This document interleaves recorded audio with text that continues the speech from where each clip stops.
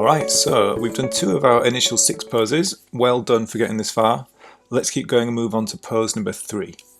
You'll notice that in the graph editor, which is the window at the bottom with lots of different coloured lines in it, that we have our keys set in there. One set of keyframes on the left, which are the orange dots, and one set on the right with the coloured lines joining the dots. The coloured lines represent the motion that Maya creates in between the key poses we have provided. And if I scrub the timeline, you'll see what happens to our character. He almost sort of kinda jumps into the air, but not really. Don't worry though, we'll fix that as we progress. So let's move on to adding in pose 3. So I think we should work to the end now, the 3-point landing pose. So we'll have a beginning, middle and an end. And our 3-point landing pose was frame 90. So let's go there. And there it is. So I'm just going to select the body controls, the foot controls and the hand controls by holding down Shift and clicking each one in turn. So I'll just bring him forward a touch off of the platform, and then we need to drop him down to the ground, so I'll just lower him down, just checking where the body control is placed. And what I should have mentioned is that I have auto key turned on, which is the little red button I've got here in the corner. If you turn that on, every time I move a controller already has a key on it, it will automatically key the values that have keys on. It's very useful as it means that if I move a control or move on the timeline to a different frame and I forget to key something, then it will already be keyed, so it can be a big time saver. It means that you don't accidentally lose some posing that you spent a long time doing. Okay, so now we've got to get these feet on the ground. So obviously we have some keys on there from our previous posing, so I need to get them placed on the ground. And a good tip for your feet, as long as you have the global control at ground level, you can go into the attribute editor and select alternate attribute. So I start with translate Y, and then it's rotate X and rotate Z, and just zero those, and it should pop underneath the body of the character on the ground. And now we'll move on to the body control itself, so I'll just check the reference and see where those hips lie above the feet. And I don't think we're too far off where it's landed here, just a small adjustment, but I think we'll go with that for the moment. Just zero out those rotations so we don't inherit any rotations from the pose before, so we start clean. Let's do the same on the chest. And now move over to the feet. We'll just check that reference, see what those feet are doing.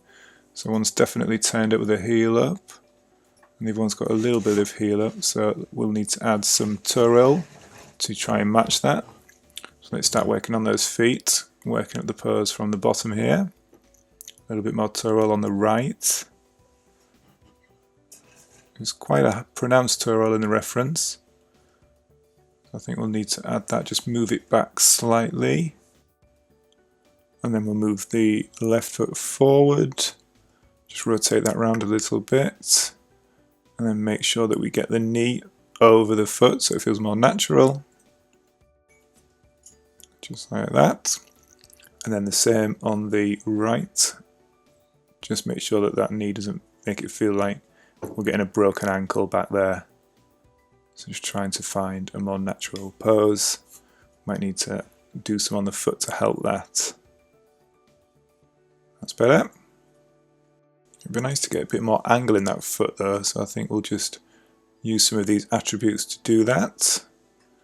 So I'll just turn it in a little bit with this one, with toe tip Y, and then some toe tip Z will just let us angle that foot in a little bit, just so it feels more natural.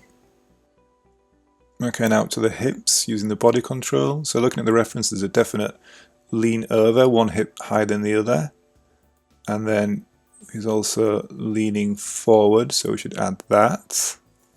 There's also the benefit of having some nice twist through the hips there. And I'll just pull the hips and the body control just back a little bit, I think, so that the hips are over the feet, just trying to maintain that balance. Just looking at the reference, we only have one angle in the reference, but we can try and decipher how it would be from these angles by thinking about the balance as we talked about earlier, and the line between the feet, so we have good mass on either side. Remembering that we haven't yet done the arm, so let's grab hold of this arm and we'll just grab hold of that control and start to put that into position, which will help with the balance because that is taking some of the weight as it is planted on the ground. Now that arm won't quite reach the ground, so that tells me that I need to rotate the chest around. So let's do that, and if I look at the reference I can see it's really turned towards the camera. A big twist in there, and that's giving us some slack on the arm, which should help us get it to the ground. And I'll just rotate that roughly into position.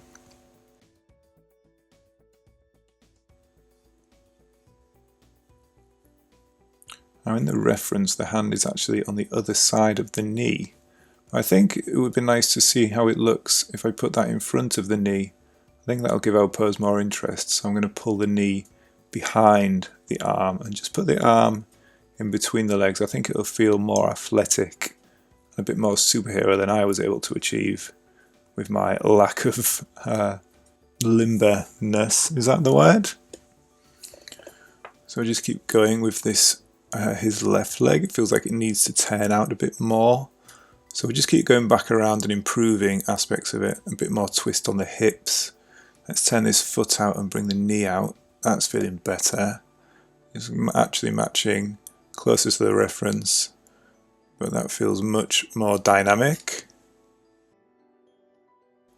Might even try and just push it out a bit more, possibly. Yeah, there we go, now you're talking.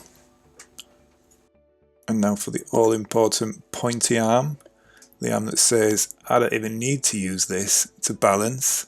I can hold it out and look super cool. So let's try and get that in there. We want it to feel pretty straight and solid. So I'm going to move the pull vector up to pull the elbow out the right way. Grab hold of that shoulder a bit, zero that out. Let's just pull the hand and I'm going to have to check which way that fist is actually oriented. So I can see the back of the hand is facing up. It's a little bit to camera. I'm pointing very much away from the head. A nice angle to it. There we go. If I just lift it slightly, try and get the angle that points northward.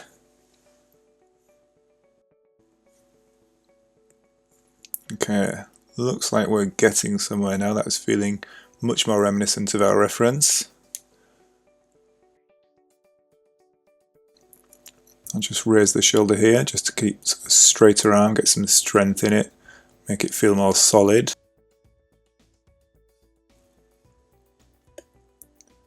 Just check the angles from different views, try and get some nice lean into it. That's feeling pretty good. Just see what happens if I take out this toe roll on this foot. Maybe we don't need it after all. I think that feels pretty solid. That feels quite good. Onto the head.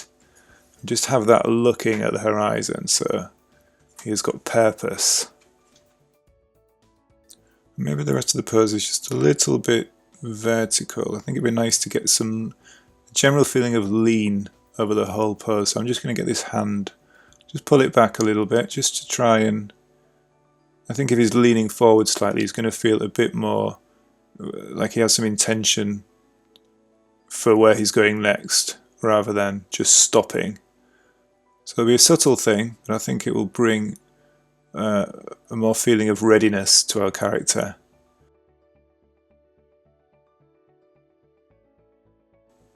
I'll just check that balance again. I feel like it's feeling good. I've still got a good amount of mass left and right of the leg. The arm is a nice counterbalance to what's happening at the front. So it's not just for show. It does have a use. Let's have a little check around. Okay, looking pretty good, I think. Maybe it's a little too leany. It's just making me feel a little uneasy, that arm. Let's pull the arm out so it feels like he would steady himself rather than just tip over onto the ground with a bit of a face plant. A bit embarrassing for a superhero. Just have a closer look at this arm and foot contacts. I think maybe the arm is, maybe there's a slight bit of overextension. I'll just drop the shoulder a little bit just to, so there's a little bit of wiggle room there. If you go too far up, you'll see that the joints pop and almost bend out the other way. So we always try and avoid that, so I think it'll be a case of dropping the shoulder down so there's a little bit of give in the joints underneath there. So that's too far, and I'm just going to lower it slightly. So I think that's good. It feels locked. It feels like he's carrying his weight on that arm, so if you get too much bend in there, it's not going to feel weighty. It'll just feel like it'll make him feel light, but if he has to lock it to hold him, that's going to give him some weight and believability. So looking around it, I think that's feeling pretty strong for the moment. I think that's good. So why don't we key everything? So open up the outliner, selection set, right click, select set members, hit S on frame 90, everything is keyed, Bob's your uncle. And then I'm just going to save scene as and version up to version 4. Lovely. So should we have a little sneaky peek if we use the greater than and less than keys as we did earlier on the cube, and just have a little play through, see how it's coming on. Okay, exciting. So we can see that we're definitely moving through this, and if I scrub, not quite so good, but we're on our way. We've got a beginning, a middle, and an end. So excellent, well done for getting this far. Let's keep going.